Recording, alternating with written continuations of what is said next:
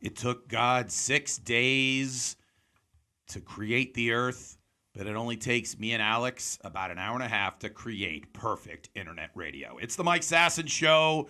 Welcome to the greatest and most exciting hour and a half of anybody's life you could possibly imagine. You are listening to the Mike Sasson Show. My name is Mike Sasson. I am your host. Over there is Internet Radio Hall of Famer, first ballot, the greatest internet radio producer in the history of the medium. First ballot. If you ever would like to visit the Internet Radio Hall of Fame, it is currently outside of the place where the Minnesota Wild play in St. Paul, Minnesota. It's a little cold. Make sure you bundle up, but make sure you bring plenty of money to buy tokens for Grandma. It, of course, is the Alex Clemens. Alex, how are you doing today? I'm great, Mike. How are you? I'm doing wonderful. You know why? Because normally our show is just an hour and a half of just piled up dog crap. Yeah. But this week, we actually put some elbow grease behind it, and this week, it's so jam-packed with goodness, we might have to split this up into like 5 different shows. Holy poop. That's how amazing this show is. That's a lot. What we're going to do this week, first and foremost, I'm going to break down why the media is a bunch of fucking douches. That'll take 5 episodes in itself. Yeah, and then also, Alex is going to talk about how pretty she is because people keep coming up to her randomly and saying that she's attractive. So you're going to get into the mind of when you go up to an attractive woman and say, hey, you're attractive. What do you think that woman's thinking? Well, Alex is going to tell you exactly what that woman's thinking. Oh, hell yeah. Yeah. How many swear words? What? When you're thinking, when a guy comes up to you and be like, oh, you're so pretty. How many swear words are in your mind when that happens? Not a lot. Not a lot. Only a few. Hey, I'm very PG in my mind. There you go. Just not out loud. Yeah, there you go. Obviously, you know what? You learn something every day. Also, very special, extremely special, fresh eyes. But waiting to spring this on Alex. I'm a huge fan of the original Superman. You know why I love this movie? You know what the name of the movie is, Alex? Because of the corn dogness. Yeah, it's called Superman the Movie. The movie. That's it. Not Men of Steel, not The Dark something, not what, it's just Superman the movie. Yeah. That's it. Yep. That's how big it was. What was it called? Superman. That's it. Sit in your seats.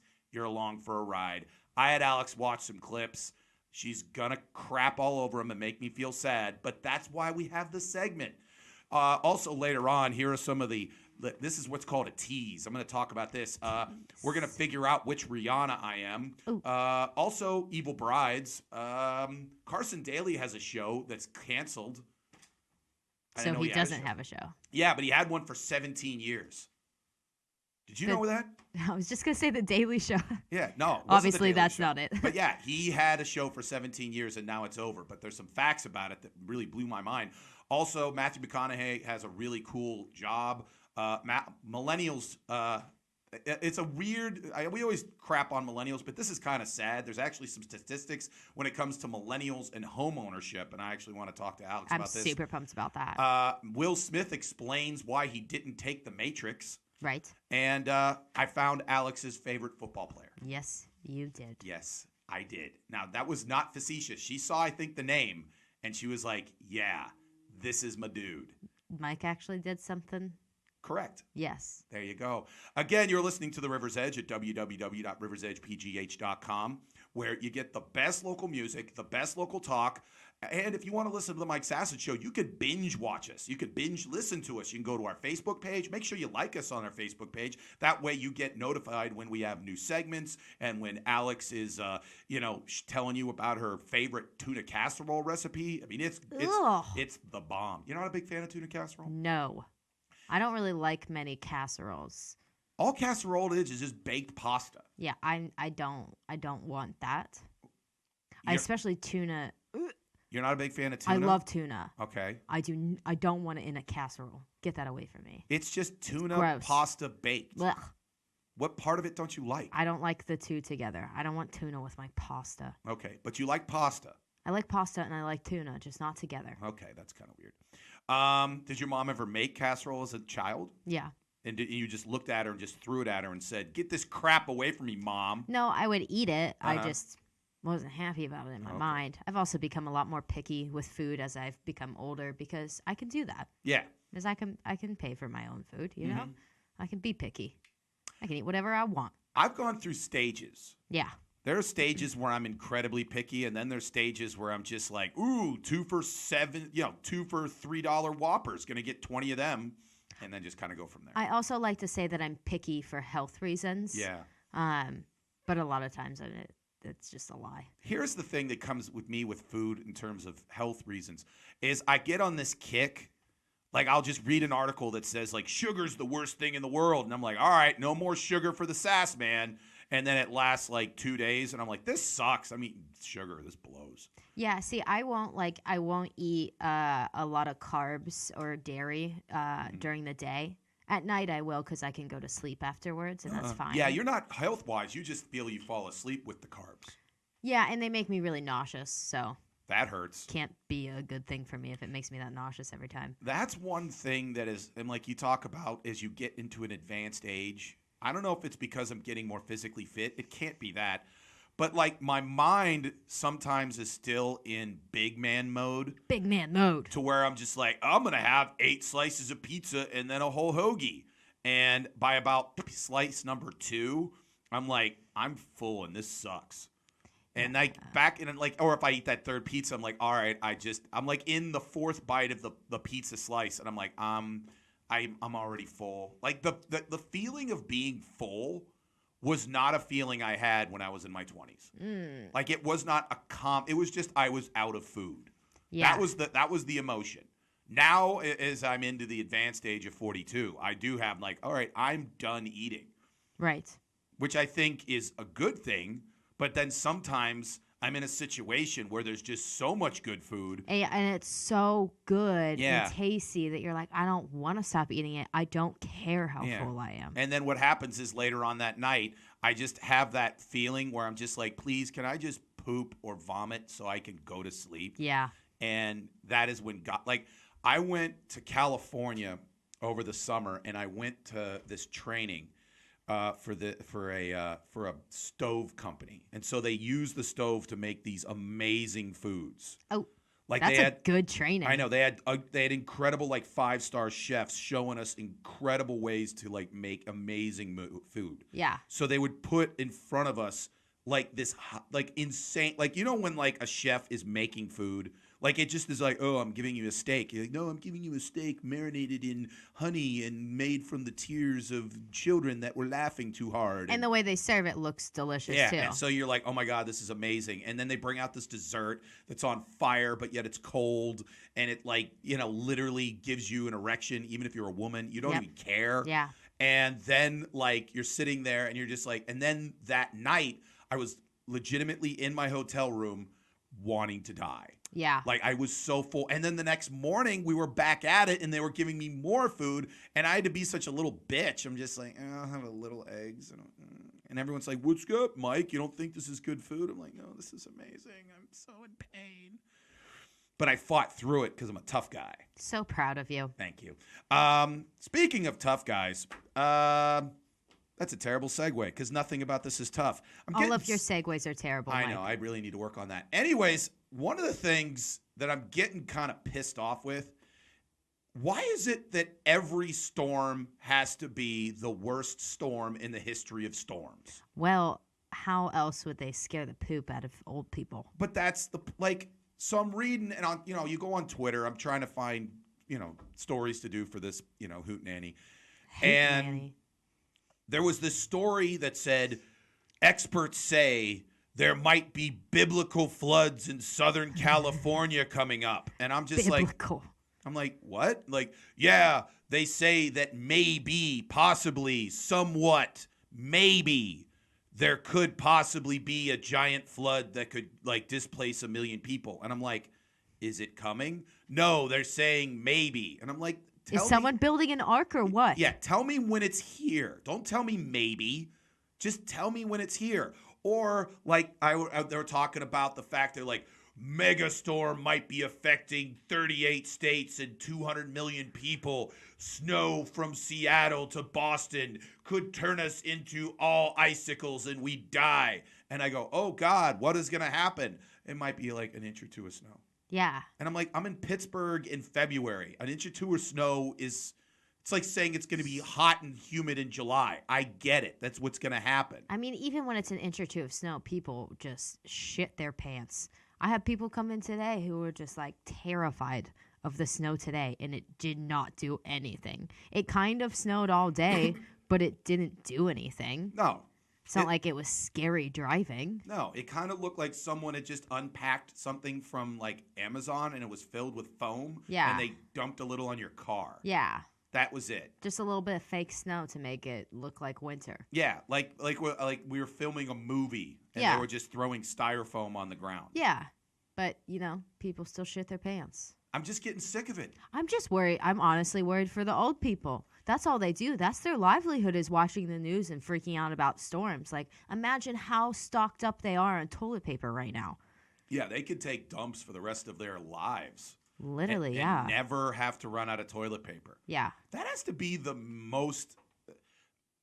You know, I have a joke in my act where I sit there and I go, you know, because basically the news from us about Halloween to Memorial Day, their job is just to scare the shit out of old people. Yeah. And that literally has to be, it has to be the local supermarkets knowing that if they tell you that there's a possibility of a massive storm. Has there ever been a massive storm that was so awful that you could not get out of your house for maybe more than a day? I mean, here or anywhere? Yeah, here. I understand, like in the Arctic, maybe. Oh, yeah. Here, no, I don't think so. I mean, maybe for a day it wouldn't be smart. But, like, do you legitimately not have a day's worth of food in your house? Yeah, I know. But I Maybe honestly, 2 days? I feel like grocery stores are teaming up with the news stations. Yes. They're giving them free food And I'm to sick of do it. that. And the problem is, and Colin Cowherd, who's a sports guy, made this point.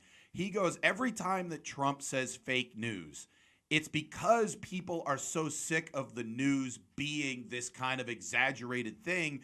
It makes it to people go, yeah, maybe he's got a point. Yeah.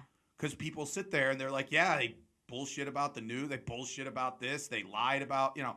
And you're just sitting there and you're just like, okay, you're trying to scare me with this rain. You're trying to scare me with this snow. You're trying to scare the crap. Like, there was another story this week that said, watch out, parents. There's a new thing called ghosting where what happens is teenagers, they run away for 48 hours with the hope that they'll go viral. I thought you were gonna say that they were warning parents about people just stopping talking to each other and ghosting in that sense. That would be hilarious. I might have made up the whole ghosting thing, but I legitimately they were talking about that it was this new phenomenon.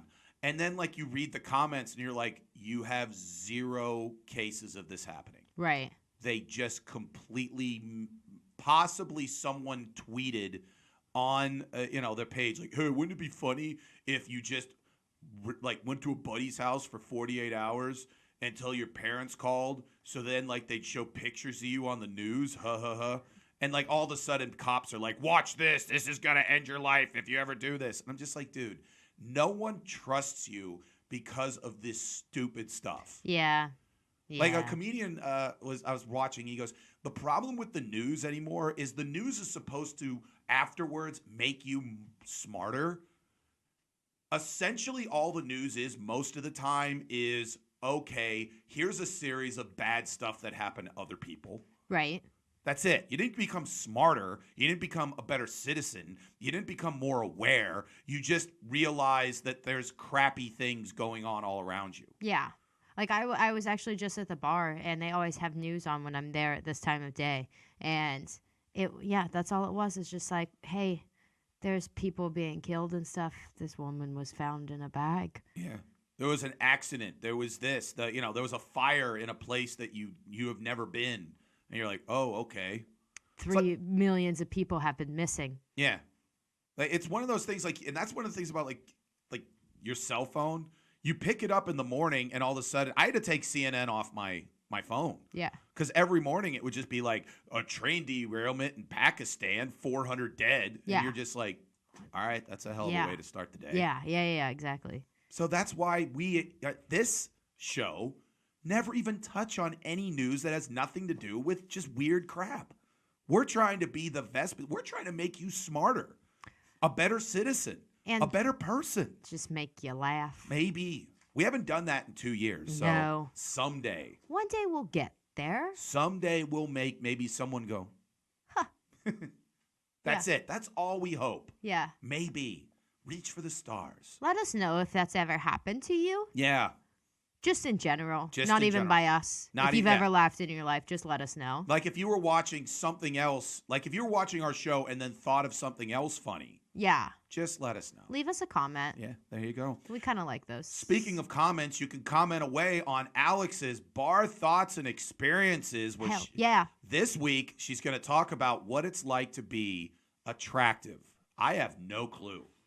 I am essentially a partially shaved Bigfoot. Huh. So understand, I have questions galore. I know you do as well, but that's why we listen to the Mike Sasson Show. You're listening on the River's Edge, where, again, you can listen to us on iTunes, SoundCloud, Google Play, Near Me, Facebook Live, possibly with Alex on her cell phone. Who knows? It's all good in the hood. It's the Mike Sasson Show. We'll be right back with bar thoughts and experiences. You're listening to the River's Edge at www.riversedgepgh.com. We'll be right back.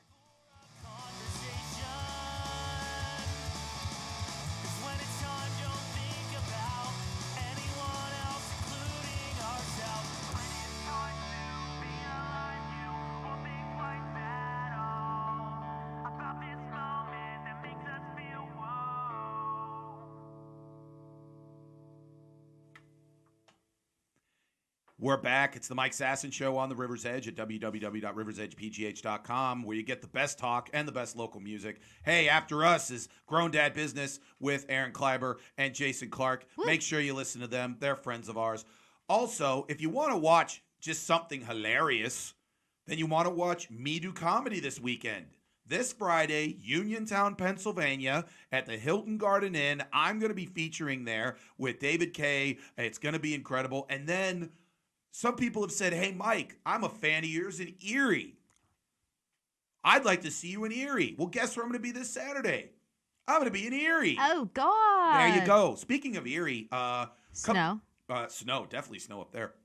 But it was weird because a couple weeks ago when Matt Light did had his boxing match, they showed it at Cheerleaders, the strip club. Yeah. And I went because I want to support Matt and Obvious. naked women. Yeah. And all the strippers, at least half of them said they were from Erie. Is that a thing? What do you mean? That's just like, They that's were where just they like, all come from? I Is don't that where know. all strippers come from? In Pittsburgh, maybe. Maybe they That were should be their slogan. Erie, where strippers come from. Yeah, maybe in Pittsburgh. Because I could see that, like, if you're from Erie, Pittsburgh would be close enough to where you could come back It's and like the help big out. city. It is. Like, when I've been to other strip joints where, like, sometimes you get, like, the out-of-towners, like, where you get, like, women that are from, like, overseas. Yeah. Not so much in Pittsburgh, but when I've been to New York and, like, L.A., San Francisco, definitely Eastern Europe's big there.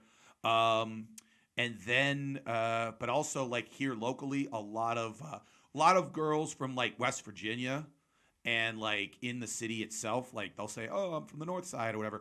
Or they're from, like, a little, like, small town, and then they have a friend here. They stay during the weekend, and then they shake what the mama gave you over the weekend. Yeah. So that's what I think when I think of Erie is all of the wonderful girls that I met at Cheerleaders. Hell yeah. So hopefully their moms are there, and they can experience laughter. But who else should be there are people who love Alex and who love drinking and who love her segment, Bar Thoughts and Experiences with Alex. Alex, play your theme song. I did it right this time. I know. It took me a couple weeks, but I got it. There you go. Maybe y'all can relate. My style's dope anyway, that just slice it. All right, Alex, Bar Thoughts and Experiences. What are your bar thought this week? So, Mike, this week I went to a bar in Bloomfield called Howlers. Have you been there? I've performed comedy there. I figured you would. If it has a microphone and a stage in this city, pretty much I've told jokes at. Yeah, great place. Yes, A little bit divey. which is right up your alley. Definitely. I went to this other place first called Tina's. Never been there. Yeah, the most hipster place I've ever been to. Really? Yeah. What and made I it so don't say hipster? that lightly. What did make it so hipster? Just the people that were there. It was kind of people where I'm like, where are you guys on a normal basis? Because I feel like I don't see people who look like you. It's almost like we were in New York, Uh-huh. you know? Probably they just stay in their houses and make things out of wood. And then just go to Tina's. I Yeah. don't know. But I walked in and I went on Friday night, so it was packed. Ooh. And I did not feel like I fit in. What type of music? I don't even know what music was playing, It to was be honest. It so, was so like, loud. It was so like I would assume that like hipster music is very kind of they don't like anything popular. No. Like anybody that ever sold or made any money, they're not big on. Yeah. It has to be like on a form of recording that is no longer popular. Yeah. Like obviously they're huge into vinyl. Yeah. Cassettes, even CDs, but no digital. Yeah. That's crap. Yeah. And they have to be just abundantly hairy, but unkept hairy. Yeah. Wearing the ski cap, kind of like how you are right now. Yeah, I don't know. Everyone was just a lot nicer Mhm. there. Everyone was like dressed to the nines. Oh, kinda. so they were high class. And I felt really hipsters. weird. So my go-to beer at bars, because most bars have it, and it's like a nicer beer without like a nicer beer that most bars have, even if they're pretty divey. I drink Bell's Two Hearted all the time, and I went there, and like typically I never see a ton of people drinking it.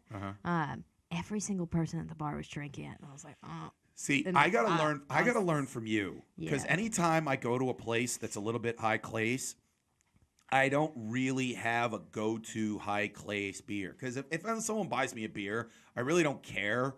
I'm just gonna be like, Bud Light, Miller Lite, Coors, whatever. I mean, I'll go for a Guinness because I like Guinness. But Yeah. like, I don't have any like special IPA Fancy type dancy stuff. Yeah, I don't have beers, Yeah, yeah. so I'm just usually acting. I usually just pull like whatever you're drinking. Yeah, that's my go-to because if I don't know anything on the menu and I'm like, it's a go-to for even like dive bars have it. So typically, So you're at the bar filled with hipsters. Everyone's drinking your favorite beer. yeah. And I was like, we need to get out of here. We also couldn't find a seat, so everyone was just hitting into us and so we left and we went to Howlers, which I was like, oh. I walked into the place and I just like, More my speed. yeah, I took a breath and I was like, oh, this is much, much better. And we played darts. Great.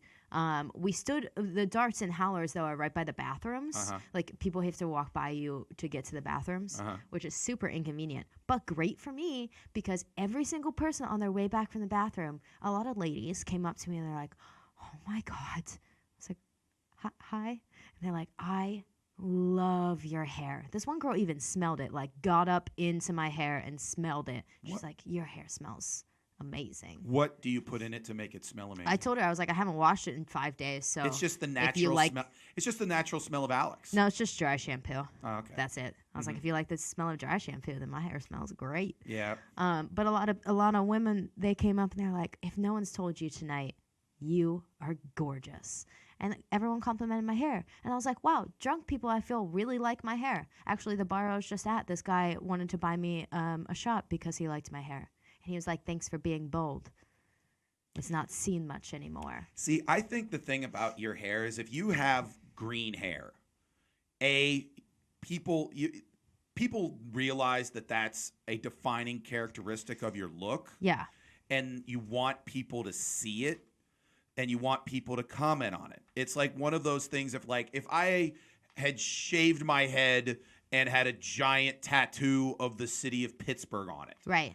I'd be screaming for people to make a comment. Or if I had a T-shirt that was funny and said, poo on Trump or something, then people would be like, haha, I love your shirt or whatever. Because again, if I'm trying to attract attention that way. Well, I told my mom that I don't think that I would have any friends. Well, I mean, I'd have friends, but I don't think that I would have as many friends or as many men coming up to me if I didn't have this color hair.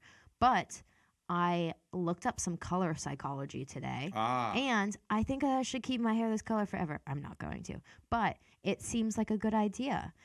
So I put in the color turquoise because it seems like it kind of matched my hair the most. The color that it is right now. It looks really green on camera right now because there's a green screen behind me. But I'll read you some of this color psychology. It says the color turquoise helps to open the lines of communication between the heart and the spoken word. It presents as a friendly and happy color enjoying life. Me, obviously. In color psychology, turquoise controls and heals the emotions, creating emotional balance and stability. In the process, it can appear to be an emotional roller coaster up and down until it balances itself. A combination of blue and a small amount of yellow, it fits on the color scale between green and blue. It radiates the peace, calm, and tranquility of blue and the balance and growth of green with the uplifting energy of yellow. That's like all of my personality. It also says this is a color that recharges our spirits during times of mental stress and tiredness, alleviating feelings of loneliness. That's what I do for people. Really, I think me going around with this color hair into the world, I'm just really helping people's lives out. I think obviously during the very cloudy winter months as well, Yes. you're definitely a beacon of sunshine I'm and just hope. helping people with their lives. What I'm about- making them less lonely. What about black? What? What's the psychology of black? Probably just sad. Oh, maybe it's not. Maybe it's coolness and making sure you don't your stains from Taco Bell are not as visible. That's definitely it. Color meaning. The meaning of the color black. Black is associated with power, fear, mystery, strength, authority, elegance, formality, death, evil, and aggression, authority, rebellion, and sophistication. That's a fuck ton of things. Black is All of those things are Mike Sasson. Black is required for all other colors to have depth and variation of hue. Yep.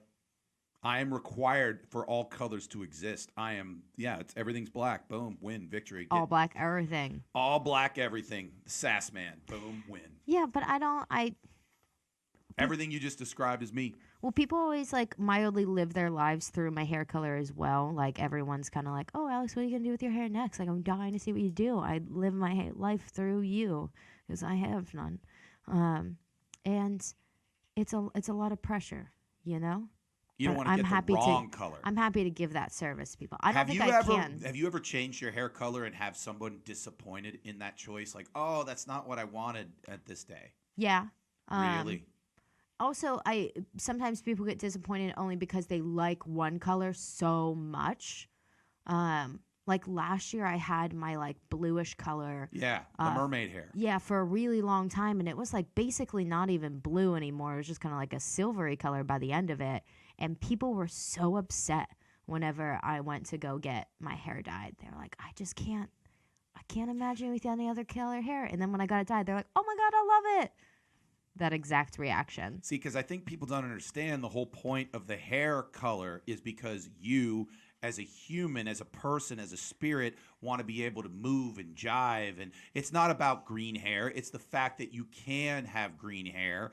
And then in the future, if you say, you know what, I want yellow hair, you get yellow hair. Hey, I want purple hair. You have purple hair. I think I kind of want to go more with this color psychology thing and really dye my hair based on that, based on what I'm needing in my life, you know? Wait, are you going to be what you need in your life, but what you feel others need in your life?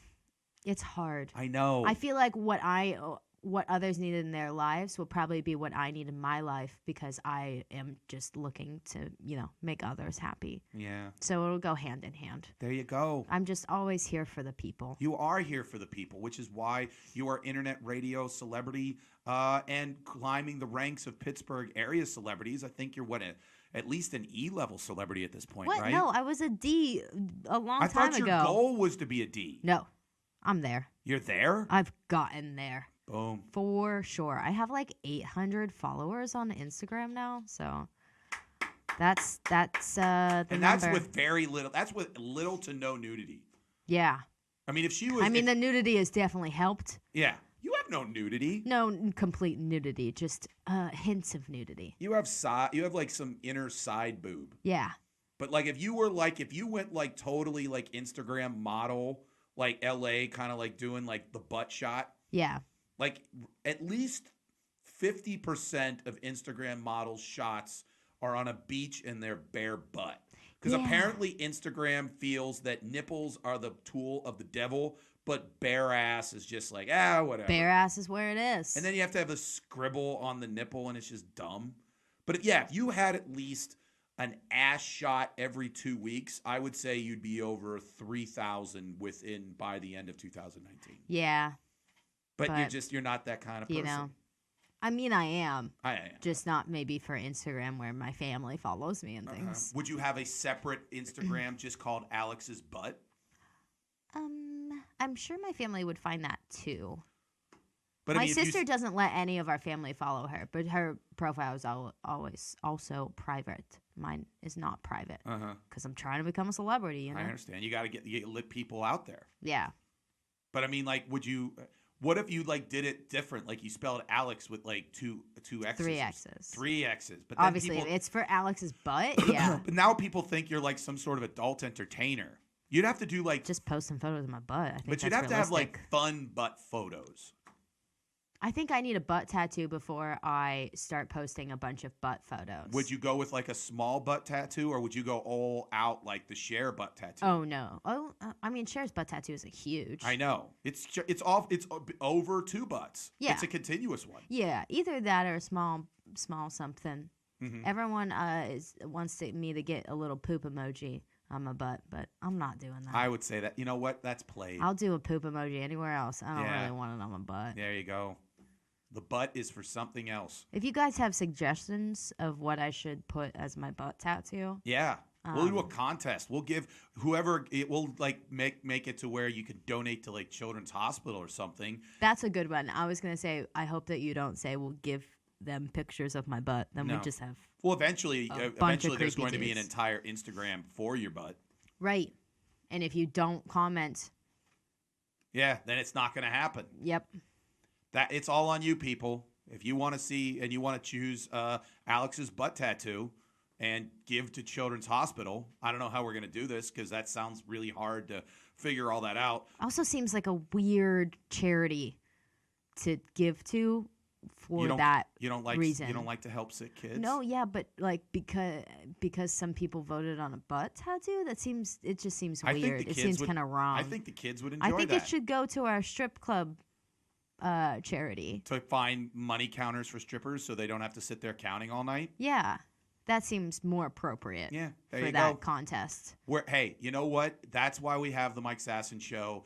It's a wondrous journey into eventually creating a butt Instagram for Alex. Thank you very much, Alex. You're welcome. Anyways, here we go with my part, which of course is called.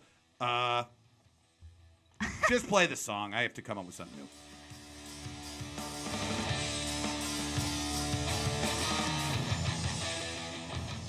All right, I'm going to start a new segment. I do like a new segment every like 2 weeks. Yeah, you just changed the name of the same segment, basically. Yeah, what? Essentially, this one's called "Nice Job, Dumbass." Right. So exactly like all the other ones. I found people on the internet that I just want to just scream at them. Yeah, nice job, dumbass. So the title pretty much explains it, don't you think? It's not too complex. No. I think that gets the point across. Okay. First one is a Colorado Springs man, Stephen Martin, who owns a independent sporting retailer known as Prime Time Sports. So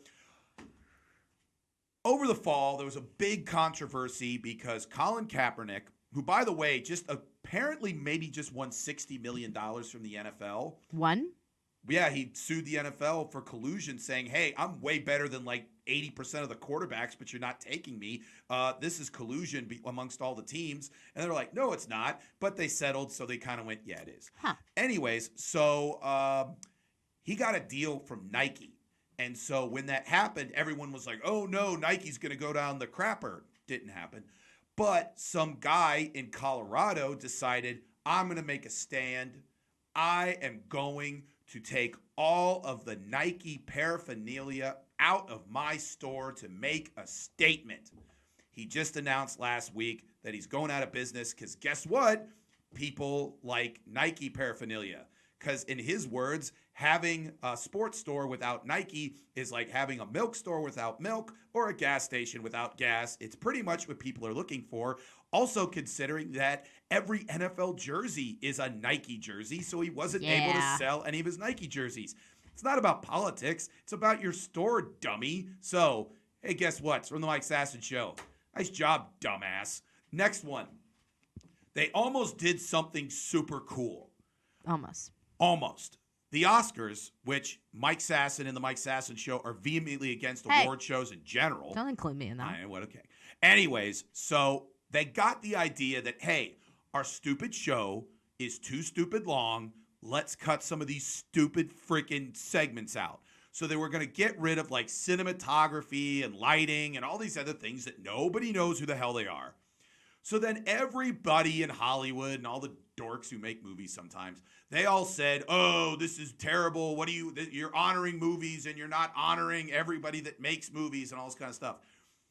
Instead of standing up and saying, listen, dummies, nobody cares about this. This is a show where basically attractive people get dressed up and somebody makes jokes and someone hopefully slips or says something stupid and the next day everybody talks about it. They think it's actually about movies, and so the Oscars caved, and now everybody's going to get to be on the telecast, and it's going to be a 7-hour snore fest, and it's going to get lower ratings because nobody cares. So nice job, dumbass. You almost did something good, and now you screwed it up. One thing I want to take from the Oscars is I'm going to start playing you out. When you talk too long, I'm just going to start playing music over you. I don't think that's a terrible idea. I don't either. That's why I thought of it. There you go. Next story and last story. Someone went around New York City testing apparently there's a way to test how many germs are on something. So the guy went around and tested things in New York City to say what is the dirtiest. Why do people have no lives? Exactly. Okay. Again, nice job, dumbass. Yeah. All right. So, predictably, the more heavy trafficked midtown ATMs were the dirtiest things you can get. The one in Times Square measured an overall 513 RLU relative light units compared to reading of 68 for a subway pole. So think about a subway pole has almost, I can't do math, 5 times as many germs on it than an ATM.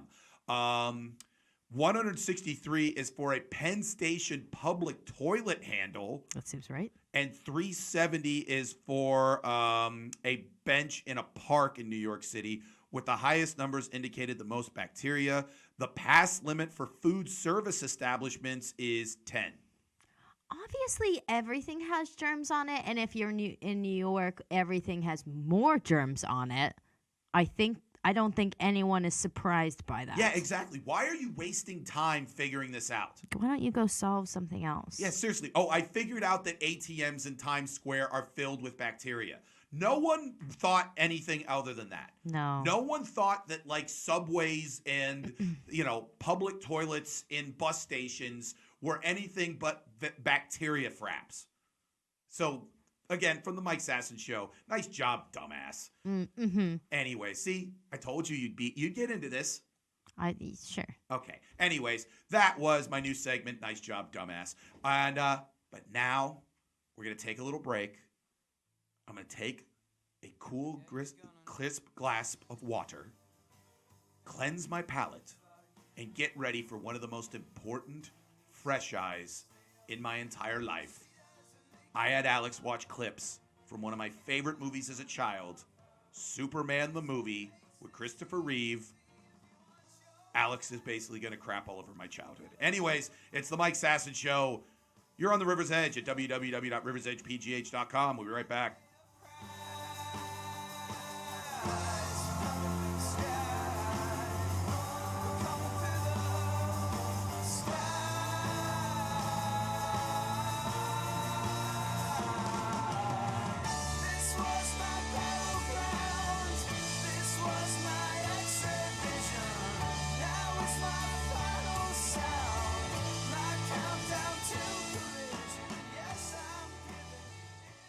You are listening to The River's Edge at www.riversedgepgh.com.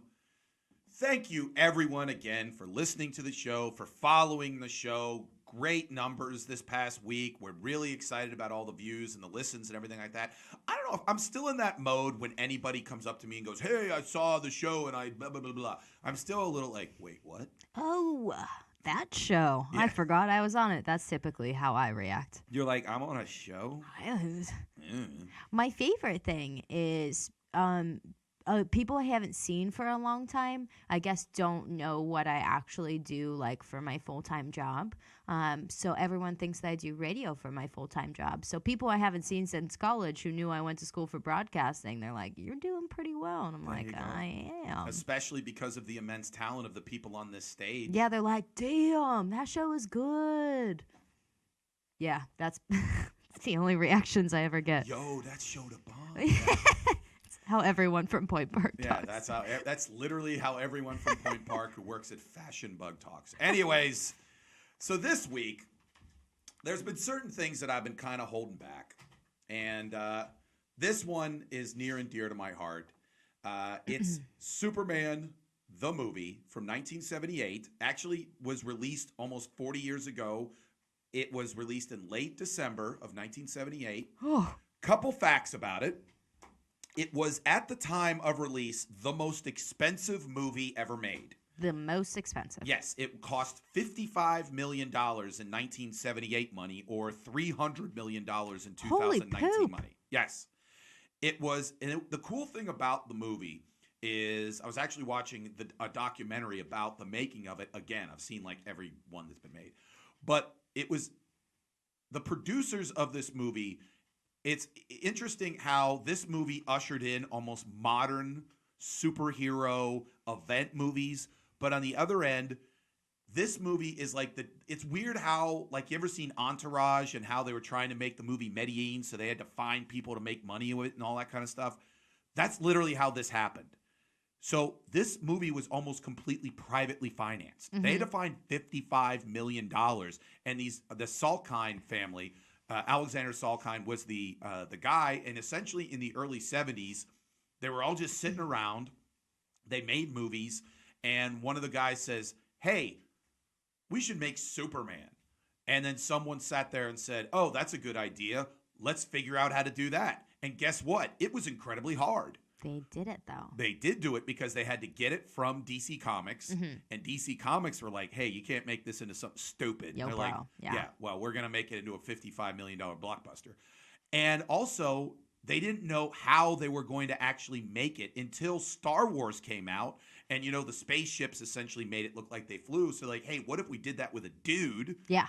And so that's how they made Christopher Reeve fly. Incredible. There you go. The movie made in modern money well over $1 billion. It was only the second highest rated, in terms of money in 1978. Number one was Grease. Isn't that weird? Oh, Yeah. okay. Shows you how big John Travolta was in 1978. Yeah.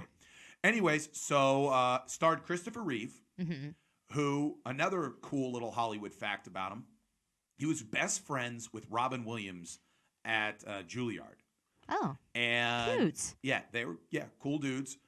He was a tall. Yeah, the biggest problem they had when they were trying to make the movie was they couldn't find Superman, because remember, at the time, this was the mid '70s. This was pre-Arnold, so all of the male actors were a bunch of small little wimpy dudes. Yeah. It was all Al Pacino, Dustin Hoffman. James Caan was kind of short, but he wasn't going to be Superman. They actually offered it to Robert Redford. He turned it down. Yeah. They talked about maybe having Clint Eastwood do it, but he was like in his 40s already, and they didn't want to do that. So they were thinking, we can't make a $55 million movie without making Superman into a big deal. But then they got the idea of like, okay, we can have an unknown be Superman if we have big stars in the other roles. So they got Marlon Brando to be Superman's dad and paid him $8 million That's it. to be in it for 15 minutes. And remember, this is $8 million in 1978. Then they got Gene Hackman to play Lex Luthor, which he was a big actor. Yeah. Then they got Mario Puzo, who was the writer of The Godfather, to write the script. Yeah. So all of a sudden, you got Marlon Brando, you got the writer of The Godfather, you got big-time actor, Oscar winner, freaking... what's his name? Gene Hackman. So you had enough star power to where you could find somebody. So they almost tried out every bigger white dude in Hollywood to be Superman. And they eventually found Christopher Reeve. Now, the problem was he was a string bean. He was like 6'4", 6'5", but only weighed like 180, 190 pounds. Little baby bean. Yeah, so they sat there and went, well, we got to get you bigger. So they sent him over to England where they were going to shoot the film, and he lifted with this English bodybuilder. Now, you sit there and say, Mike, who cares about that? Well, the English bodybuilder actually turned out to be the guy who played Darth Vader. Oh. So Darth Vader essentially built Christopher Reeve into becoming Superman. Interesting. And then they should have a movie about that. Yeah, that's pretty cool. Then the other big idea they had was, hey, since we're going to build these insanely crazy sets, instead of making the first one, tearing it down, then making the second one, why don't we shoot 1 and 2 at the same time? Oh. So they actually did all of 1 and about half of 2. And then they figured out, like, this is taking too long. Let's just release 1. And by the time they came back, they had fired the director of 1 because 1 was just, Richard Donner was like, this is taking too long, whatever. And so they actually had another guy take most of the scenes that he had shot already and made 2 out of it. So that's kind of weird. They're like that confident that the movie was going to be pretty good that they're going to shoot both of them at the same time. Right, yeah. Probably why it took $55 million or $300 million to make it. So since I didn't want Alex to have to watch the entire movie, even though I think it's a good movie. Shoot my eyeballs out. Yeah. I had Alex watch 3 scenes. Yep. The first scene was when Superman is revealed. Wait, you had me watch 4 scenes. Okay. All right. It's when the Superman is revealed. Well, 1 is the extended. I view the 1 is essentially pretty much the date. Oh, got it. And then when they went flying. Yeah, okay. So I view that as almost 1. Got it. So then I had Alex watch when Alex is not Alex, but when Christopher Reeve is Superman is being interviewed by Lois Lane. Then when they went flying around Metropolis. Cute. And then the end when he wins and he does whatever. See ya. All right. So the first scene is when Superman is revealed to the world when it is the helicopter scene. Yes. So if you've ever seen the movie, essentially Lois Lane is going to fly off and go meet the president in the helicopter. And all of a sudden, wires bust and the helicopter goes out of control. It flies off the edge of the big building. And then Superman shows up and saves Lois Lane. So Soup's cute. there you go. Couple of things. First off, number one thing I've learned from, I've shown this to a bunch of women, especially that have never seen it before. Because Christopher Reeve, they've only known him when he was a paraplegic. They didn't realize how good looking he was in the late 70s. Yeah. I know he's not your type. Because super good looking. Okay, because I was thinking, he's not covered in tattoos, doesn't have like a beard, seems to have a job, not in your type. But overall, you'd sit there and say Christopher Reeve in this movie, pretty decent looking dude? Yeah, definitely. Okay. I'd say so. Now, another thing I wanted to talk to you about. So give me some thoughts, the helicopter scene. First of all, I couldn't get past Lois Lane's screams, how unrealistic they were and just fucking weird sounding. It really, really kind of hurt the rest of the scene for me. You just didn't think that she really wasn't hanging off the edge of a cliff. Just the way that she was screaming, it was like, I feel like you're screaming almost too much for this situation and too early.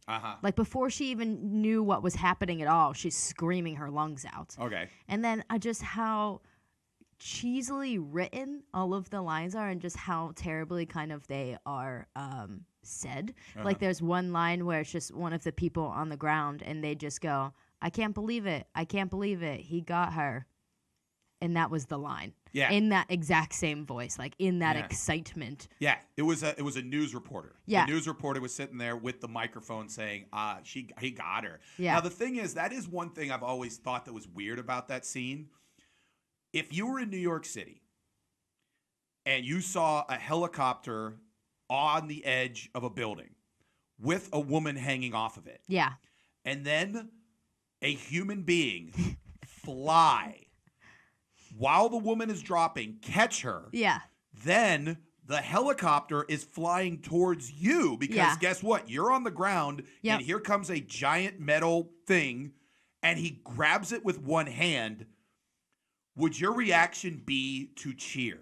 No, also, no one moved out of the way when this helicopter is coming towards them. Yeah. Like, okay, the woman's falling, like, we'll try and catch her, maybe, I don't know. But, like, there's a giant helicopter, like, flying towards you. You're not going to just step back, run away. No one's screaming and running away. Everyone's just like, oh, what's going to happen? Yeah. Yeah. Now, the one thing I always love about the scene is when Superman catches Lois Lane. Yeah. He sits there and goes, "Don't worry, miss. I've got you." And what's the line? "Who's got me? Who's got you?" And Yeah. then Superman just goes, "Huh." Like, yeah, nice line. Yeah. Whatever. Yep. Like he's like going, "Yeah, whatever." And then there's like a little awkward. Yeah. She gives a little awkward look. I really like when they get back up, like to safety, and he gives like a helicopter statistic about like how helicopters are still like the safest way He to says, travel. Yeah, it says, "Don't worry, miss." It says, "Flying is still the safest way to I was travel." like, what the fuck? Like, Superman is also well versed in helicopter facts. Yeah. Thank you very much. Yes. It just seemed so pointless. And then everything's cool, and she's like, "Who are you?" And he's like, "A friend." And then what is he? Oh, and then he just flies away and goes, "Bye." Yeah. Just, what? You don't have any good like going out line other than bye. But I What? think they're trying. First off, the movie was trying to be as close to a comic book as possible. Yeah, And so, definitely. yeah. They so- did that. Yeah. And also they were trying to make it fun. Yeah. They weren't trying to make it dark and serious like the Batman movies and made Superman into a tormented soul. They made him into essentially just a very nice guy. I thought that, just maybe a little bit of a catchphrase or something, just Yeah. something cool. I Yeah, feel no like all catchphrase. superheroes have that. See, I think the thing is, this was pre-catchphrase. Was it? Yeah, there was no like "Hasta la vista, baby." There was no like, "Go ahead, make my day," that kind of stuff. It's just in all of these clips, that was always my favorite part. He flies away and he's just like, bye. Night. Yeah, because I think he's just See ya. generally the character itself, and I think that's what Christopher Reeve did so well is he just played just kind of like Normal dude. I'm a very nice guy. I'm here. I'm just trying to help. I'm not taking over the world. You have nothing to fear from me, but I'm here to help. I do agree that he did that well, and it wasn't like a bunch of the other superhero movies. It's always like, oh, I'm here to do good, but like also I have like this little bit of a dark side, you know, and I'm like, Yeah, there's no dark side. Yeah, I'm he's gonna just like, hurt yeah, I'm just a other nice people. guy and I want to help. That's it. Yeah, I definitely think he does that well. In a lot of scenes, you're like, oh, this is just normal dude. He's my friend. But let me ask you this question. Yes. So this happens to you. First and foremost, you'd probably poo your pants if you were falling out for like thinking you're going to die. I think that would have been a good thing for them to include. Yeah, just like Her what's that shitting her smell? pants. Yeah, just her crapping all over the sidewalk. But like, let me ask you this question. If that happened, and again, you admittedly, a good-looking dude, Yeah. 6'4", 225, the perfectly coiffed black hair, gets there, what are the chances you're sitting there going, damn, this guy's, if this guy needs some loving, I'm giving it to him. I am not letting him fly away. Yeah. Especially in that moment, the endorphins would be crazy, Yeah. Not letting him get away. See, that's the one I never thought Especially of that. on a helicopter pad. Yeah. Wow. Sparks would fly. Seriously, you would think that if again, maybe she's just too weirded out, but at that moment she's just got to be like, can I call you? What's going on? Yeah, Are you doing yeah. anything right now? No, just who are you? Yeah. Because then Superman actually makes the first move and asks for the date. And so then that's the next scene, Yeah. which is when he goes to Lois Lane's apartment. Oof. And, oh, by the way, amazing apartment in New York City. Apparently yeah. this guy, whatever. So luckily, like 90% of this woman's apartment is a deck in New York City. Yeah. But he shows up and pretty much Lois Lane is saying in the most generic G-rated ways, can we screw? Yeah. Like, Total panty dropper scene. yeah, totally like whatever you want, you got it. This Yep. is my joint. I'm wearing some essentially blue negligee at this point. Yep. Like, and also asks, oh, can you see through anything? Yeah, what color underwear am I wearing? Yeah. Okay. And you're wearing pink underwear? Was that on purpose? I'm sure that was on purpose. Yeah, and then on top of that sits there and goes, are all of your bodily functions normal? And he's just like, yeah. Fucking weird. I thought she was going to say, do you poop? Yep. Do you poop? I don't know. Superman might have super poop. My favorite part about this scene, it was the smoothest thing that I've ever seen. in a superhero movie. Maybe not the Okay. smoothest thing, but the smoothest thing for 1978 Uh-huh. is when she asked if he had a girlfriend or if he was married, and he said, "If I did, Miss Lane, you'd be the first to know about it." And then he like bites his lip, and I was Yeah. like, "Oh damn!" That was like the very beginning of it too. Yeah. I would just melted right there. Okay, well then let me ask you, from your perspective, you're Lois Lane. Yeah, You got him at your joint. right. He's obviously he's attractive. He's already saved your life. He's interested because he's the one who said, "Hey, I'd like to, be Yeah. with you, whatever." What's the move?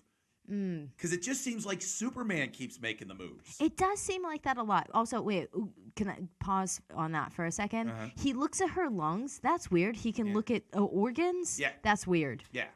But he says, yeah. Well, first off, he kind of acts like a snotty whatever, where he sits there and he goes, You "You really shouldn't." shouldn't be smoking, Miss Lane." Yep. And she's just like, "What, lung cancer?" And he just goes, "Well, thank goodness, not yet." But Yeah. I mean, again, you know Weird what? thing to include, I Yeah. think. I mean, if you really want to get this girl and you're trying to like say, "Hey, you really shouldn't be smoking," that's kind of a dick move. Yeah. But what's the move? What would be Alex's move to make it that Superman ain't leaving that place that night? I mean, there's so many questions that she asked that I feel like if she would have just kept kind of like prying on, or wouldn't have gone back to like a normal answer. Like she literally says, "How big are you?" Yeah. And then she's like, "Oh, I mean, like how tall?" If she would have just let that pause go, Yeah. I feel like that's the move right there. She was already asking the questions. You just gotta have kind of like that awkward silence to be like, "Hey, we're both on the same page here. Yeah. Let's just do this. I'm already wearing this super cute nightgown. Well, let me ask you What's this. under your spandex, sir?" Apparently, yeah. Well, first off, he is in blue spandex. Yep. So he's already showing that he's got he's packing heat. Can you see that? I surprisingly didn't pay attention to it. I thought that'd be like the first thing I you know. want to see. Yep, I didn't pay attention. I I'll know. have to watch these clips all over again. Yep. What was I doing? Yeah, what were you doing? So then the next part is he says, "Well, then come fly with me." Yeah, I hate this part. What, you just hate this? A lot of people say this is the one of the most famous scenes in movie history because it's it's romantic and all that other kind of And stuff. then so many things like took after it. Like I feel like this happens in Peter Pan and Aladdin. Like throughout the whole scene, I was like, "Is he about to sing? What's that song? A Whole New World. A or Whole something. New World." Yeah. Yeah. Let me show you the world. If they would have made it into now, the other thing though, if there's anything that makes this movie just one of my favorite, the soundtrack. You can't beat the soundtrack. You listen to that, the Superman march. It's immediately like that's Superman. Oh, And then also when you listen to that, the scene where they're flying. I didn't even pay attention to the music. Lois was making fucking noises again. What noises were annoying At the you? beginning of the scene, she like makes real weird noises. They almost sound like animal noises because she's scared of flying. And then she's not scared anymore, and she like basically like is on the tip of his fingers, like totally fine, it's cool. And then she like falls, and like no shit, you're gonna fall. And then he catches her, it's all cool, and then they go back to that same position again. It's like you just did that, and you fell. I don't understand why you didn't learn there, and you were so fucking afraid of making noises in the beginning. Yep. And now you're fine. You're cool. It's all cool. Yep. And then he does that like speech where he sits there. Well, okay, wait. When they were flying, also, I felt like it was super weird, like that they didn't say anything to each other. There's like, it was a really long scene to not have like any narrative to it. You know what I mean? Yeah. Like it was a long flying scene. It Yeah. did not need to be that long, I Yeah. feel. And then they just didn't talk or anything. They were just like making googly eyes at each other. Yeah. Someone had to make the move. It was cheeseball City. City. Yep. All right, so then let's go to the climactic scene at the end. They've defeated everybody, everything like that, and then they say, he's with Lois Lane in the desert. They're about to kiss. Then Jimmy Olsen freaking cock blocks. Yeah. Totally. God. What a loser. Then again, Superman flies away, kind of like a pussy. He just goes, night. Yeah, see ya. Boom. And then he sits there, and all of a sudden, suddenly Lois Lane kind of starts to figure out, like, hey, where's Clark? All this other kind of stuff. She fucking realizes that the person she works with every fucking day is this guy that she has had googly eyes at the whole time, and they look the same. But that's why one of the things, have you ever seen the movie Kill Bill? No. Okay. in that, Quentin Tarantino has like a speech and he brings up Superman. And it's a very interesting point. He sits there and goes, a lot of superheroes are normal and then they become the superhero. Yeah. Like Bruce Wayne becomes Batman. Right. Peter Parker has to become, Spider-Man, whatever. Superman is Superman. Yeah. When he goes to sleep, he's Superman. Yeah. His costume is Clark Kent. Right. So the question is, he slumps and he's nerdy and he's kind of clumsy. Yeah, he's the same size and he's a built guy and he has the same hair. And he's literally just wearing glasses. But is the mannerisms enough of a disguise to throw anybody off? I feel like no. I feel like I feel like yes, if you weren't around this person all the time, but like if you're around this person every day, on both sides of it, like you're around that person so much when he's in either costume, like I feel like you should maybe realize it, you know? Obviously that wouldn't make a good movie. That would be boring. Yeah. But also, do they ever kiss in the movie? Not in this one. Eventually. Oh, God. Yeah. You have to go see 2 if you want to see that. Do they kiss in that movie? Yeah, and they kiss. Is it the same people? Yeah, in Okay. 2 they make. Yeah, in 2 they go to what's it called, Niagara Falls, and I think even sort of do it. I thought you were gonna say Sandals Resort. Yeah, that'd have been a little different. They could have sort gone of anywhere. do it. Well, they don't show it. Is he Superman or Clark Kent? He's Clark. It's complex. He stops being Superman, then he has to become Superman because there's evil people from Krypton coming back, and he has to fight him and shit. Got it. So, Yes. But the other thing about it is that a lot of people feel that, first off, there's a couple different, they feel that Superman is number one, the story of modern Jesus. Like if Jesus were to come back in modern times, okay, because he's from a different planet, he comes here, he's here to help. His name from Krypton is Kal-El, and that means from God, and then Jor-El means God, essentially, in like Hebrew, because there's Jewish kids in Cleveland who came up with it. But then also this idea that somebody doesn't know what you're capable of. Like Lois kind of blows off Clark. He's just like, he's just a dork. But people sit there and say, yeah, that's how people treat me. No one understands what I'm capable of. And then Lois falls in love with the person that, is Superman, but in reality, Yeah, what a bitch. She didn't see it from the start. Didn't see it from the start. Just you know? like, yeah, you're just.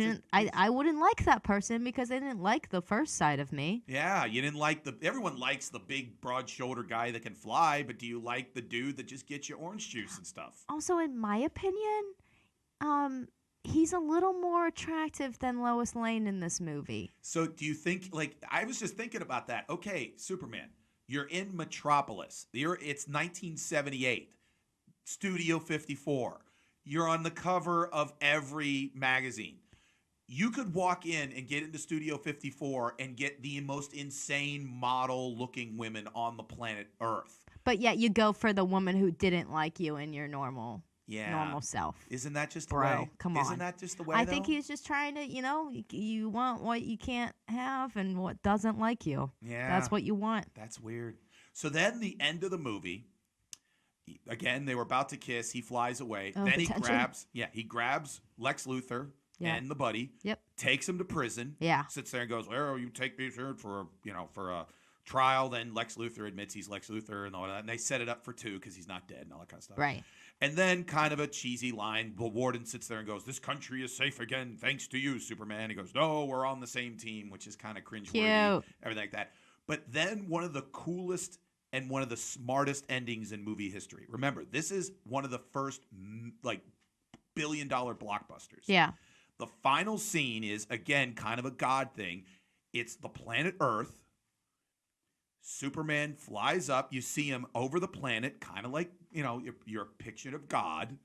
Then he's flying towards you. He breaks the fourth wall, looks at you, smiles, and then flies away. Yeah.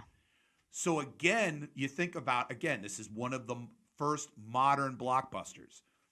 One, it's not America. He's over the world. Right. He's protecting the world. Yes. Also, the simple fact of the matter is he then looks at you. Yeah. He looks at you in the theater going, hey, I'm here to help you. I'm your buddy. I'm a nice guy. Whatever. And then that's the end of the movie. I think that one was for the ladies. That's for the ladies? Mm-hmm. You think he was trying to get someone He's else like, I'm beside? here for you. But I'm let here me for ask you. all of you women. Okay, again, real good looking dude, 6'4", built, looks like he works out with Darth Vader, flies over the planet, looks directly at you, and you're sitting there going, my number. I'm texting that guy. If he did the same look that he did after he delivered that line about having a girlfriend, all the ladies would be real swooning if they weren't already. Would there be any concern with the fact that he's an alien and you don't know exactly how the apparatus would work? Definitely not. Would that like intrigue you? Yes. Like, let's see what happens. Yep. Because again, he could have like super sperm and really kind of like shoot something that could, hurt a normal human being's, sexual organs. You don't know. Or we create a super baby together. Does that happen in the Superman movies? It does not. There's no super baby. Well, okay. In Superman Returns, which was the movie that was made in the mid-2000s. Yeah. It was weird. This is how Superman, the movie, worked. They made Superman 1 and 2. Yeah. They did well. Okay. Then they made Superman 3 with Richard Pryor. Yeah. That movie sucked ass. Right. But they still made Superman 4, which was one of the worst movies in the history of the world. Oh. Okay. It was called Superman 4, The Quest for Peace. That was the last. God, it's because of the name. Yeah. They were essentially, Superman at that point was getting rid of nuclear weapons. Oh. Which it's like. Cool. He didn't cool, get, bro. Yeah. He didn't get rid of those in like Superman 1. Who knows? Anyways. So then they just stopped making Superman movies because they're like, all right, this is stupid. So then they made Batman and all these kind of stuff. So they went, okay, let's re-up Superman. But let's do this. Forget 3 and 4 ever happened. Let's do essentially Superman 3. Oh. That was with Kevin Spacey and all these other kind of people. And so they essentially started in the universe as if Superman 2 ended and then Superman went away. But in the movie, it is revealed that he did have a son with Lois Lane. Oh, see? So, like in the movie, like you see that someone's trying to attack like this little kid, and Superman's like, I don't know who this is. It's kind of like, hey, it's like if you show up and all of a sudden, like you're like, hey, we did it, and this is like a 5-year-old. We did it 5 years ago, and it's just my kid, but he doesn't know. Yeah. But then it's revealed when like it's Superman's in, like Lois Lane's in trouble, and all of a sudden a piano gets thrown against the wall and crushes this bad guy, and you see the little kid just sitting there, and you're like, aha, that's Superman's kid, because Superman, he's a super baby type deal. Super baby. So eventually the super baby does show up in Superman basically 6, but really 3.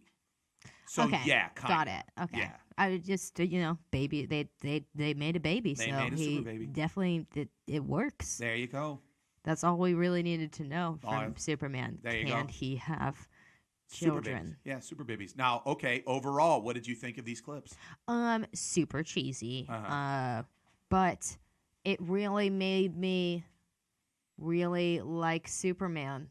This Superman, at Yes. least. I don't He's know if the I best like the rest of them. He's the best Superman by far. And now I feel like I have really good lines. It's just really that girlfriend line. And the way that he looked, He was down to fuck. I could watch that over and over again. It was beautiful. That would be the only reason I watched this movie. It's just to watch Christopher Reeve and Yeah. that line. Yep. And I don't know if there's any other lines. I don't know if they'd Yeah, make you got to watch the whole movie, see if there's any other lines where he's kind of like flirty with him. Yeah, because I'm sure that you probably wouldn't pick up on them as much as I would. Yeah, you would more than likely pick up on a lot more Superman subtle sexual stuff. Also, I got to watch the movie again to see this bulge, The movie should just be called What Is He Packing? And then Alex does a review. Superman, the bulge. There you go. Battle of the Bulge. The bulge continues. The bulge returns. Boom. Thank you very much, Alex. You're welcome. All right, we're going to take a little break, and when we come back, news and notes, then we're going to read comments, and then we're going to go home. That's typically what we do in this show. Again, it's the Mike Sasson Show on the River's Edge at www.riversedgepgh.com. We'll be right back.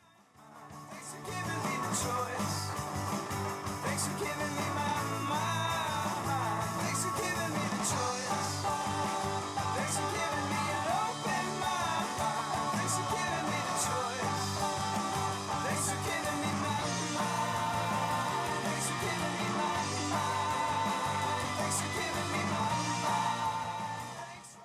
Again, you're listening to The River's Edge at www.riversedgepgh.com. Again, coming up after the show is Grown Dad Business with Aaron Kleiber and Josh Clark. Also, guess what? I will be in Uniontown, Pennsylvania on Friday. I will be in Erie, Pennsylvania on Saturday. Check my Facebook page if you want to see some hilarious comedy with Slapstick Productions. But right now, it is news and notes from the world of weirdness, sports, and celebrity. Play the theme song.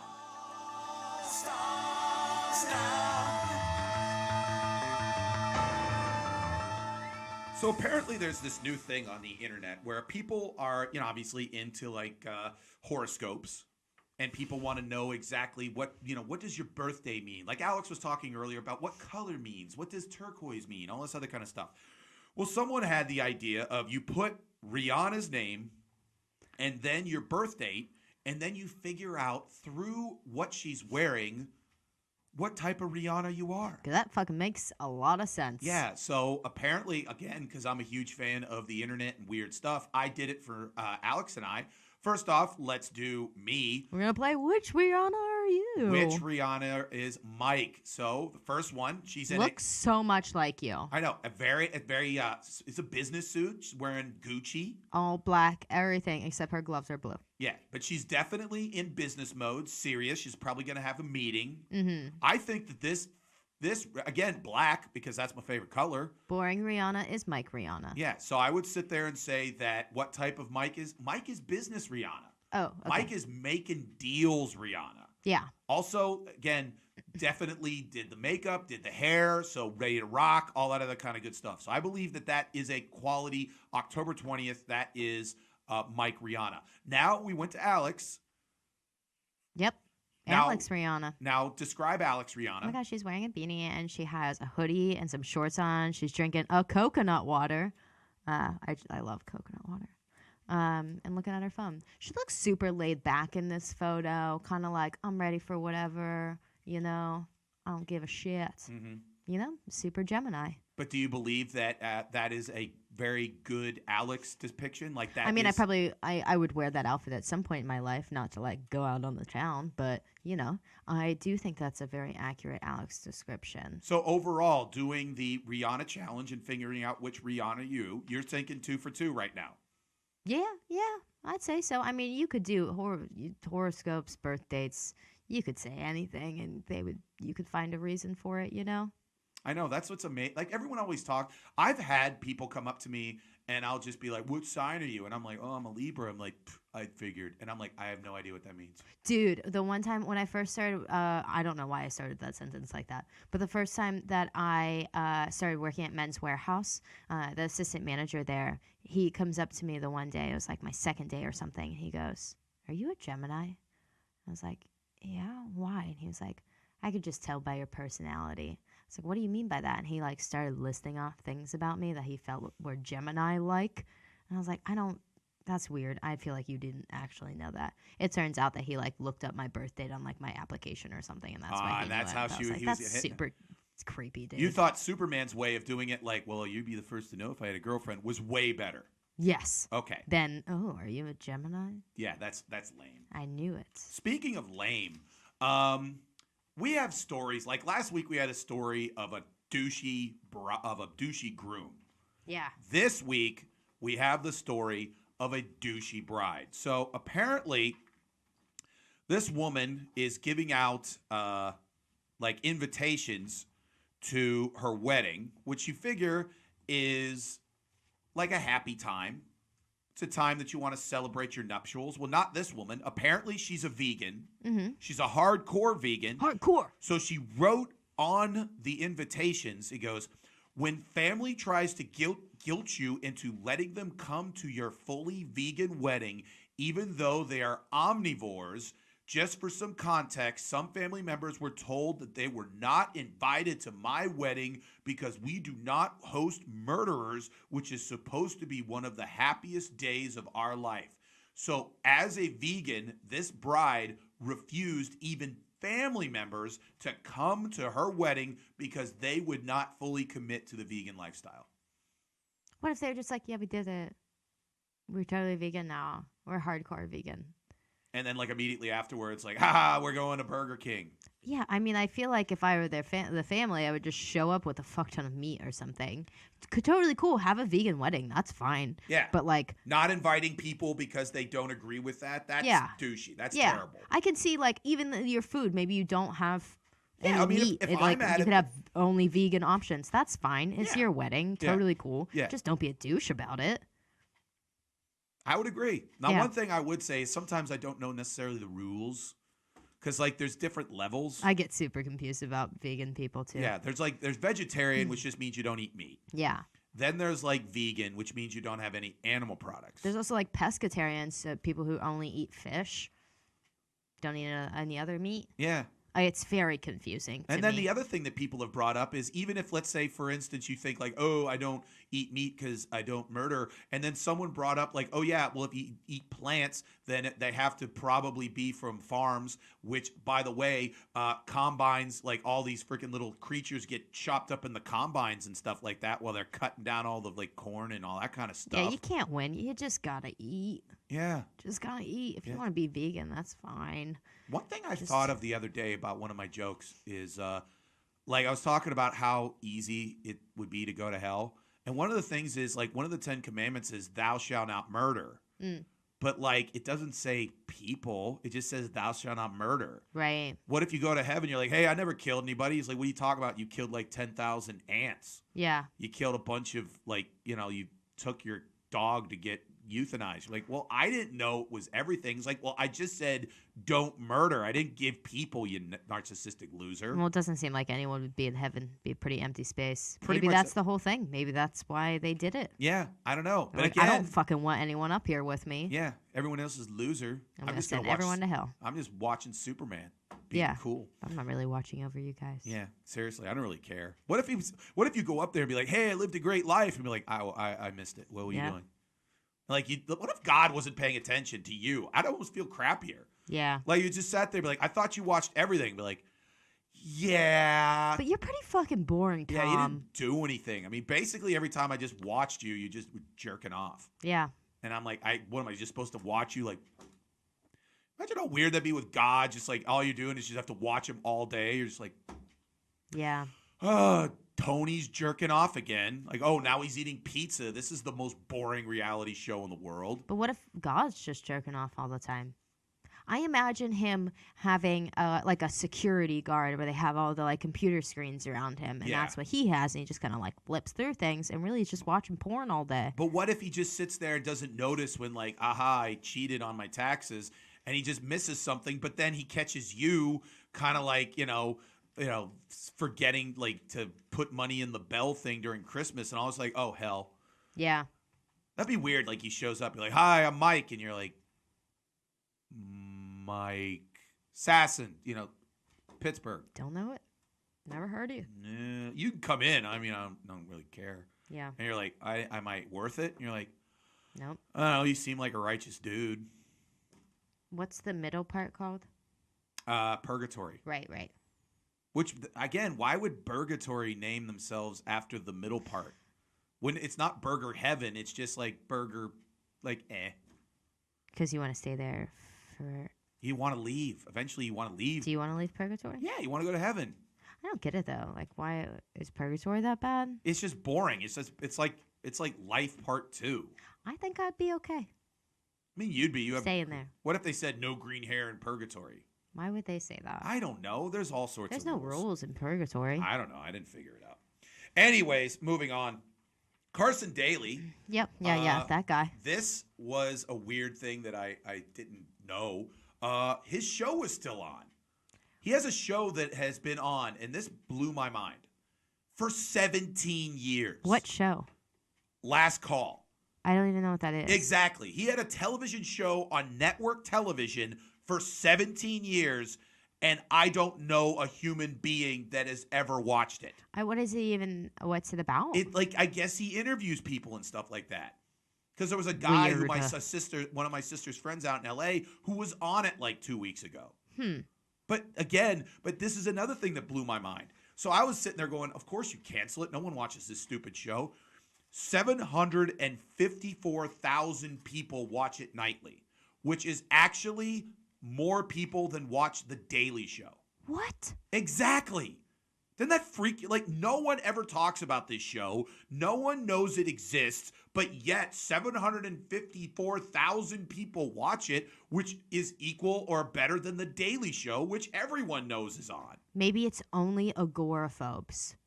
How many of those do we have? There's 330 million people in the country. There has to be a few of them. Yeah, I mean, and they don't go out of their houses, so how would we know, what TV they're watching? They're not going to tell us. I think the majority of people that are watching this show are in bars who just had like something on NBC and they just kept watching. They accidentally, kept watching it. They just kept watching it, but they just never turned it off. Yeah. Like there's actually a thing where one of the reasons why they paid Johnny Carson so much money back in the day, like he got paid like $20 million a year in like 1980. Like he was an insanely highly paid entertainer.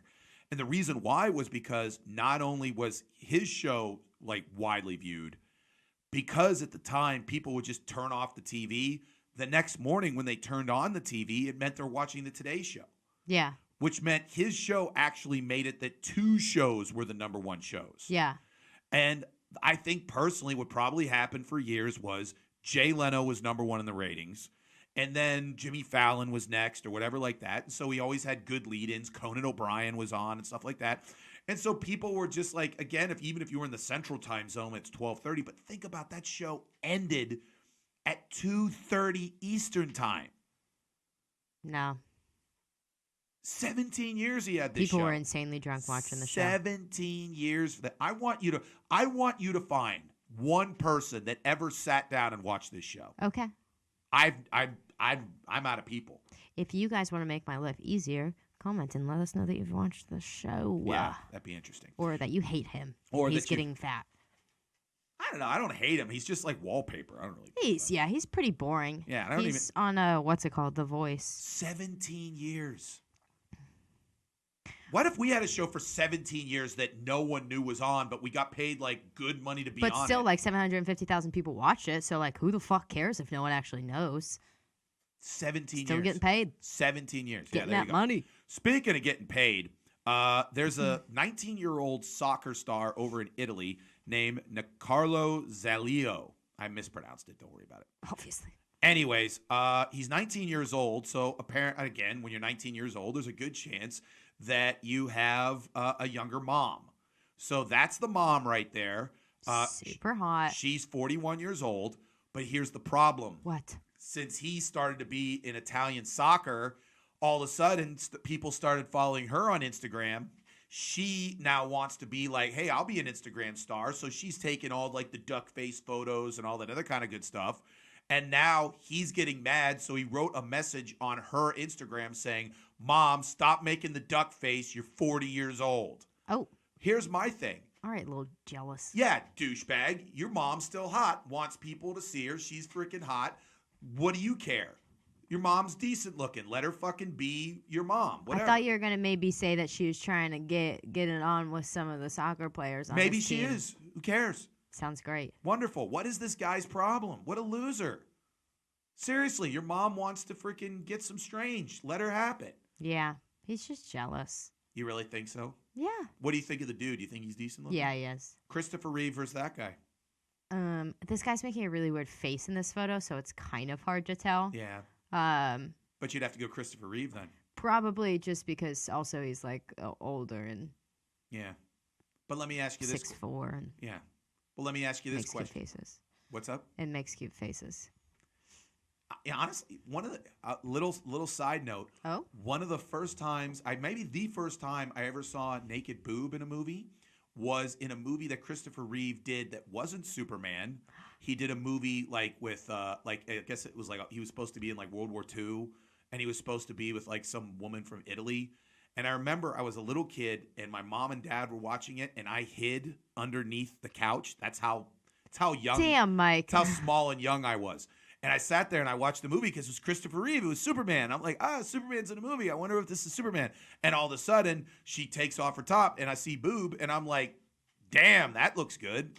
And so, like, again, Christopher Reeve got me to see my first boob. Right. So, Clearly didn't train you on any smooth talking lines though.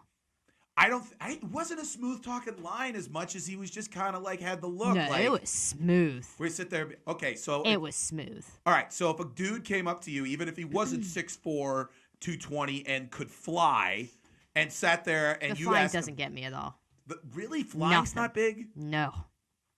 Think about The only time that flying was good in this movie is literally that scene where he just like flies up and he's just like right on her balcony. But also super creepy if that actually happened to you. You know what I mean? If you just turned around, there's some fucking dude on your balcony that just flew up there. That's fucking creepy. You'd be a little frightened, I think. As Superman's girlfriend, you would have to understand you're gonna get the drop in. Oh, hell yeah. You could never cheat on him. Yeah. And who would want to? He could like shoot lasers out of his eyes. Yeah, make super babies. Yeah. What if you cheated on him? That'd be so weird. I feel like you'd have to cheat on him with another superhero. That would be the only Or explanation. you cheat on him with that would have been a weird Superman 3 if, let's say, Lex Luthor's be like, I'm going to get a super dude to freaking make Superman jealous by banging Lois Lane. But what if it was like she cheated on Superman with Clark Kent? Oh, that's weird. I don't understand why that never happened. So it's like a love triangle, but with two dudes. I bet you Superman be fast enough to be like in both rooms. That'd be like a romantic comedy. Yeah. So he'd be like, oh, I got to be in the other room. And then you go across town and Superman's there and then bangs her like in both places. Yeah. Yep. We just thought of like a rom-com with Superman and Lois Lane. Cute. Awesome. Well, that's what kind of really Too cool bad people- Lois Lane was stupid and didn't like Clark Kent. Yeah, seriously, what a loser. Missing out. I know. Anyways, here was something that I thought was immensely sad. Oh, God. Millennials. Oh. Okay. 40% of millennials believe they have a better chance. They did a study. They asked 500 of them. Yeah. 40% of millennials feel that they have a better chance of having sex with an A-level movie star than ever owning their own home. Huh. Better chance or like There's a better chance, and they feel like, what do you think? What do you think is a better chance? You getting it with an A-level Leo DiCaprio superstar, or you ever owning your own home? because if 40%. someone asked me and when they were like, Alex, would you rather? No, it was which do you think has a better probability of Got happening? Got it. Okay, you're a millennial. Which has a better probability? You getting with an A-level superstar, or you owning your own home? I would say probably owning my own home. Yeah, I figured even though that's I'm something a everybody D-list did. celebrity, so I could definitely get one. All right. So they also asked. They says, what would millennials do for their dream home? Dream home, which is insane because Yeah. I feel like all millennials have crazy dream homes. Okay, 48% said they would give up Chipotle forever. Easy. You're not a huge fan? Don't like it. Okay. 47% said they would never post on Instagram again. No, that's fine. 42 said they would listen to Cotton Eye Joe Oh, for God. a week. That would probably be harder than never posting on Instagram again. 39% said they would never eat avocado toast again. God, I hate the people that make these surveys. It's like, how much do you want us to hate ourselves? 29% said they would give up their iPhone forever. That's easy. Just get another phone. Yeah, dumbasses. 25% said they'd go to jail for a week. Nope.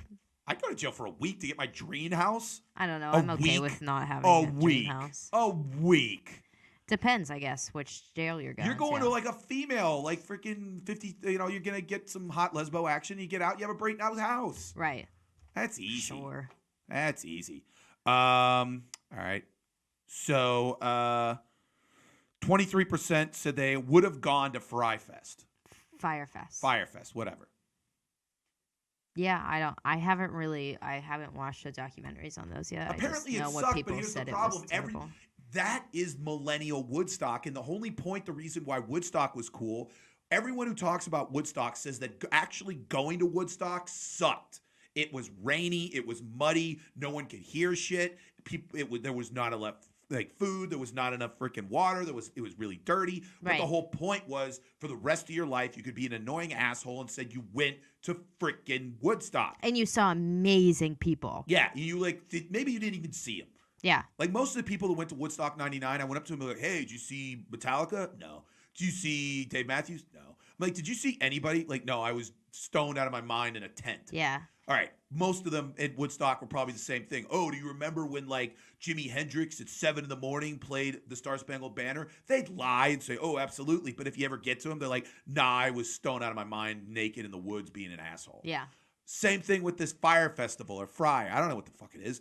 Anyways, the whole point is for the rest of your life, if you were there, you got a great story. That's the whole point. If it would have gone well, so what? You went to an island, you listened to some music, and you left. Yeah. But because it turned to complete shit, now you got a story for the rest of your life. Right. But I think with the home thing, I think the millennial mentality is that we don't really want to own homes. Here's the thing, and I'm going to be honest with you. Every time I talk to homeowners, it really does sound shitty.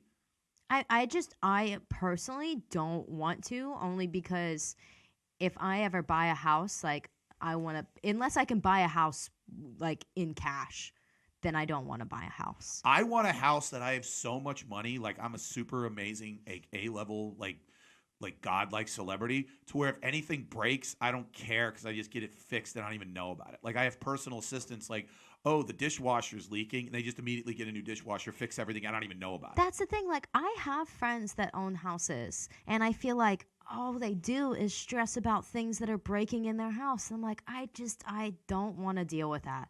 I know. I don't even seriously. want to have a pet, let alone having to take care of things in my house or like fix them, or people who are like, oh, I'm going to fix up my house. No, I don't want to fucking do that. Yeah. I like apartments where you just sit there and be like, the light's broken, Come fix it. fix this for me. Yeah, do this now, loser. You don't have to pay for it. Yeah, exactly. I pay rent. But then the problem is like you do build a lot of equity in your house, and to where like you could like borrow against it and like send kids to Whatever. college and all that kind of Boo. stuff. Losers. Stupid. Yeah. It's Anyways, not like millennials are having children anyway, so Yeah. why does it matter? they're having kids. They're just it's sitting in their apartments eating Yeah. avocado toast. which to be That's honest apparently with you, all we are. I'm not- Avocado toast loving just apartment dwellers. by the way, avocado toast. Do you just eat the toast with the avocado, or do you put anything else on it? Sometimes you can put little like seasonings and stuff on it, or maybe like an egg or anything else, really. How about like can you put chicken? Bacon, Bacon's chicken, fine. sure. Well, bacon now it just becomes whatever. A sandwich. Yeah. Yeah, I know. Speaking of someone who's got a cool job, Matthew McConaughey apparently has figured out life. I would love to do this for the University of Connecticut. Yes. He, at the University of Texas, because he lives in Austin and he went to the University of Texas and he's a huge fan of their football teams, their basketball teams, because why not? He got a burnt orange suit because that's Texas's colors. Hell yeah. And got it tailor-made. And now Texas actually gave him a job of Minister of Culture. And his job is to essentially promote University of Texas athletics, go to the games, act like a big shot, talk to the kids, be on the sidelines, act like a big shot, and then on top of that, he's going to help them build a new basketball arena. He did do it. I mean, I think that's the life right there. Every time I want to hate Matthew McConaughey, he does something awesome that makes me love him more. I don't know how you'd ever want to hate him. I love him so much. He's so cool. Every time he just talks, he has such a laid-back, cool attitude towards everything. Yeah, just like everything in life is okay. Well, That's for that's how him- he makes me feel. But he is like, When he talks, I'm just like, yeah. I'm He okay. just seems like a dude that would be like, if you said, what celebrity do you think if you'd want it? Because A, he likes football because he watches. I'd love to watch college football with him. hell yeah. I'd love to be able to like go to a game with him. If UT played UConn again, it'd be cool to be like, I'd be in a blue suit and he'd be in a burnt orange suit and we'd be like bros that way. Yeah. Be cool. He makes movies. I mean, I love True Detective. I love that. Yeah. Lots of cool stuff. He just seems to be like a guy who just, every time he's just like, oh, he's a douchey guy. Same with, honestly, Leo DiCaprio. Yeah. Every time I hear about Leo DiCaprio, he's a guy who's 44 years old who wants to date 21-year-old Fucking models living his life. and just live a model and do really cool movies with Martin Scorsese. And I'm Yeah. like, yeah. You're that's doing what- it, man. That's what you're supposed to do. I have no problem with guys or women that live super cool lives. I am not jealous. I hope to live a super cool life someday. So again, I almost view Matthew McConaughey as my Svengali. I hope to someday be the dude that just goes to UConn like basketball games and UConn football games, wears a blue suit, and is the minister of culture. That'd be really super sweet. I wholeheartedly believe in you, Mike. Thank you. You're welcome. I appreciate that. I think that would be your proudest achievement. Speaking of proud achievements, I always love stories about, like, XYZ, like, Robert Redford was offered Superman and, like, how that would have changed the whole dynamic and everything. Well, one of the most famous movies of the last 20 years, you would agree, is The Matrix. Yeah. Okay. Keanu Reeves, he was Neo. Well, one of the biggest things that you ever talk about when anybody talks about that movie is, they offered that movie to Will Smith first. Yeah. And people go, no, they didn't. Well, Will Smith actually on his YouTube channel this week explained that, yeah, they did, and why he didn't take the movie. Why? And I love these Hollywood cool stories, and it actually makes a lot of sense. So Will Smith, his first big movie was Independence Day. Yeah. That made $1 zillion. Zillion. Then he sat there and went, okay, no more sci-fi, because I don't want to be typecast as the sci-fi guy because I only made one real big movie, and it was Independence Day. Well, then they offer him Men in Black. Right. And he goes, I don't want to take it. And this is a true, he said, Steven Spielberg called him up and said, Will, I'm the executive producer of this movie. I'm Steven Spielberg. You're going to make this movie. And he goes, I don't want to do a movie where it's aliens again, because then everyone's going to think I'm just the black alien guy. And he goes, this is the line he says. He goes, Steven Spielberg goes, stop using your brain. Start using mine. Oh.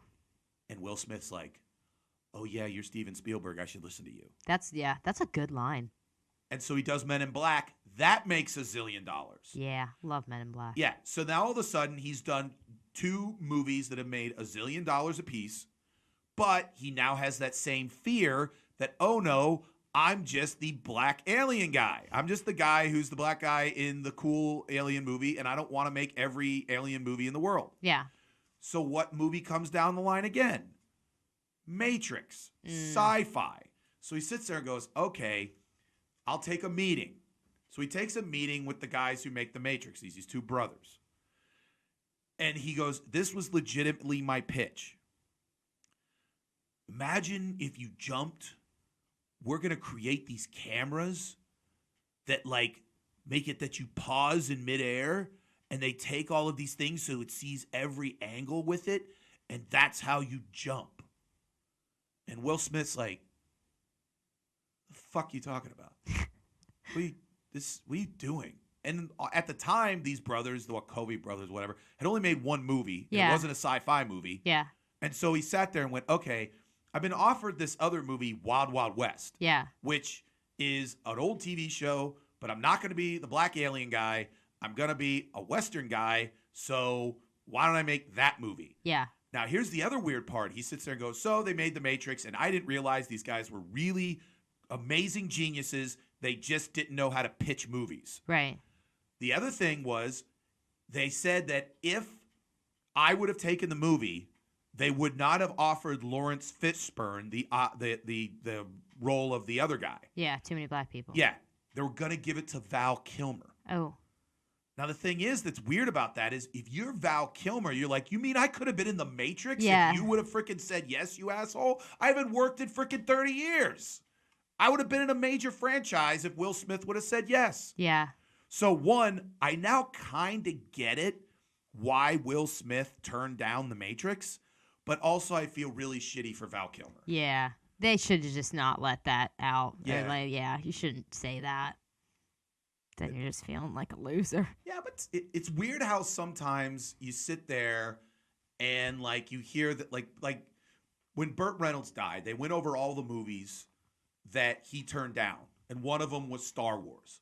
And one guy sometimes said, hey, Burt Reynolds, why are you such an idiot? Why didn't you want to do Star Wars? And he sat there and goes, okay, here was the pitch. It's a space movie with a giant bear, and you're dealing with a wizard, and there's this mystical force. And he's like, get me the fuck out of here. This sounds so stupid. I don't want to be in this dumb movie. Right. It's when someone describes a movie sometimes, it is like you don't get it. You don't really understand what exactly is going to happen. Again, you're Robert Redford. Hey, we want to make you Superman. You're like, Yeah. I'm in The Sting. I don't want to be in a movie where I'm a blue tights. You know how stupid. Think about like how many superhero movies you hate. How easily that movie could have been a complete catastrophe. Maybe Robert Redford just wasn't packing heat. He didn't want to be seen in spandex in the whole movie. He was worried about the bulge. Yeah. He couldn't negotiate proper baldage. Yeah, that's really what it was. There you go. Now, final story. As I said, Alex is not the hugest fan of football. No. But I think I found someone who Alex can really. I think you should get this guy's jersey. Hell yeah, but it won't be the right thing. Yeah. But, okay, so I saw this on Twitter. Canadian Football League signed Poop Johnson. I don't believe that this is a real thing. No. Yes, it is. I looked into it. He was at this. Okay, here's the backstory. His name is Corey Johnson.